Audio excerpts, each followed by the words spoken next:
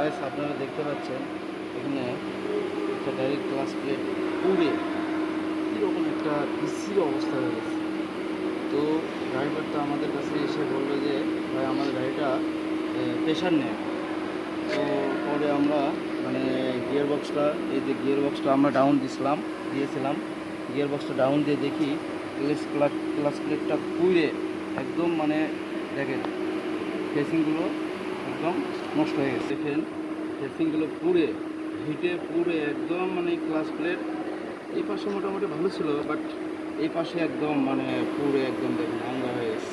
আচ্ছা, এমন হওয়ার কারণ কি? এমন হওয়ার কারণ, যদি আমরা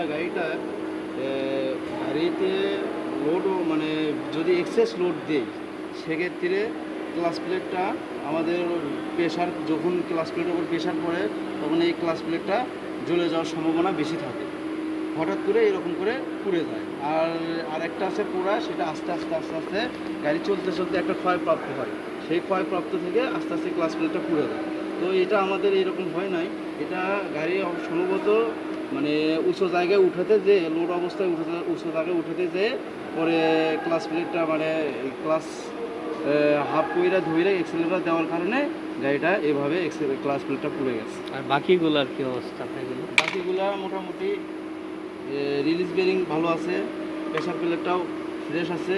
আপনারা দেখতে পাচ্ছেন ফ্লাই হুইলটা টার্নিং দিতে হবে, টার্নিং দিয়ে নতুন ক্লাস প্লেটটা দিয়ে অ্যাডজাস্ট করে দিলে ইনশাল্লাহ আমাদের কাজটা সুন্দর হবে।